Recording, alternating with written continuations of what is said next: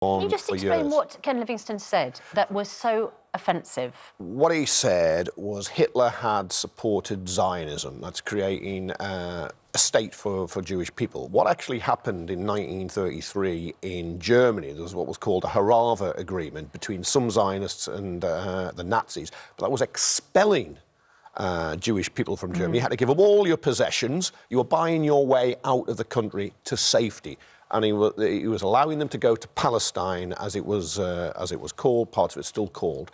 So it wasn't supporting Zionism, saying, I want a Jewish state. He was kicking people out, stealing their possessions. Then you got some of the money back when you arrived. And conflating Hitler with Zionism is seen as anti-Semitic, isn't it? Yeah, absolutely. And, of course, Livingstone, to give him, in due process here, he did say he did all this before he went mad.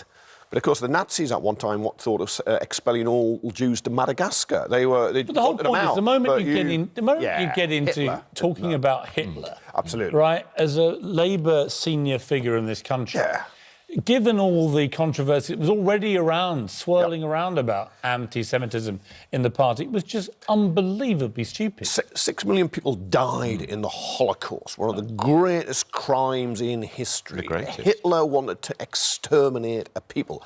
Do not call him in aid of any argument. You lose straight away. But you can't...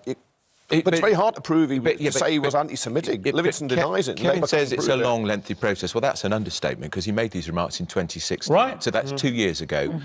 He'd been suspended. He should have been kicked out. And although you can argue it's up to the Labour Party to decide, not the leader, all the Labour leader had to say was, what Ken Livingstone said is utterly inappropriate and he should no longer be a member of the Labour Party. He'd have gone. He'd have gone 2 years ago. Instead, Livingstone's gone himself, and for one reason, because the Labour Party saw the results of those elections in Barnet, especially in London, where there's a large Jewish population. Jeremy Corbyn thought Labour were going to win that borough. He was planning his victory march on that Friday morning, and in fact, the Tories surged ahead there with lifelong Labour supporters saying they could never vote Labour while Corbyn was not dealing with anti-Semitism. And he's not dealt with it. He's gone. Livingstone's resigned. Look, you will never accept Corbyn will do anything good. Livingstone's jumped before he's going to be pushed. Everyone I know... But the point was he hasn't been pushed. And again, it shows... Oh, he has. He has. When you get Len but what I mean is he's been allowed to quit. Right? Because he knows he was going to be kicked out. Corbyn should have thrown him out of the party. He had his... There should be a red line.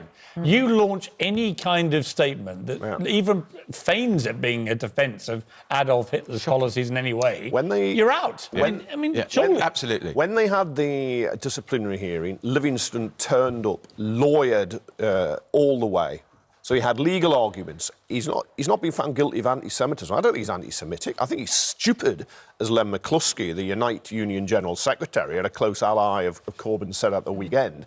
Other people were saying, look, he's got to go, and they're quite right. And but a lot of Labour MPs have suffered terrible anti-Semitic abuse, accused Livingstone of fueling that and somehow legitimising also by not sacking him, what you had was just every time this came up, you had the Livingstone story bubbling away with Hitler. Absolutely. And Livingstone hasn't apologised for what he said. He's not accepted what he said was anti-Semitic. He said he's just going because... Are you saying he's anti-Semitic? From Jeremy Corbyn. Are you saying he's anti-Semitic? I think he should have apologised for what he said about Hitler. He should have apologised. Okay, I tell you what I would say. I think he made very crass, incredibly insensitive remarks, right? Which he tried to frame as historically accurate without understanding the absolute offence they would cause to Jewish people. So in that sense, it may not be traditional anti-Semitism, but it's certainly incredibly insensitive to Jewish people in this country. I mean, that's the allegation I would level at it. For 2 years. I also think 2 years ago. I also think his history is wrong as well. Hitler did not support Zionism. Well, he says he didn't say... He says that he never said that Hitler supported Zionism or that Hitler was a Zionist. He said that Hitler worked with the Zionists. But I think, as you say, the point is not that he... Well, a lot of people do think it's evidence of anti-Semitism. He says he's not an anti-Semite. He's always worked against discrimination. But what it shows is a lack of understanding of this key thorn in the side of the Labour Party. He's a former mayor of London too. He was mayor of London for 8 years. He knows the Jewish community. He knows the sensitivities. To have blundered into that area and not to have apologised 2 years ago and not to have offered his resignation 2 years ago was staggering. He's trashed his own reputation and a progressive record as leader of the Greater London Council, as an MP, and then a 2-term mayor of London. Labour's big problem now is he might be free just to go around. I don't think I don't think it matters. I think he's been so discredited by this going on for so long that it'd take him a long time, I think, to build back public trust over it, as we saw from the Barnett election.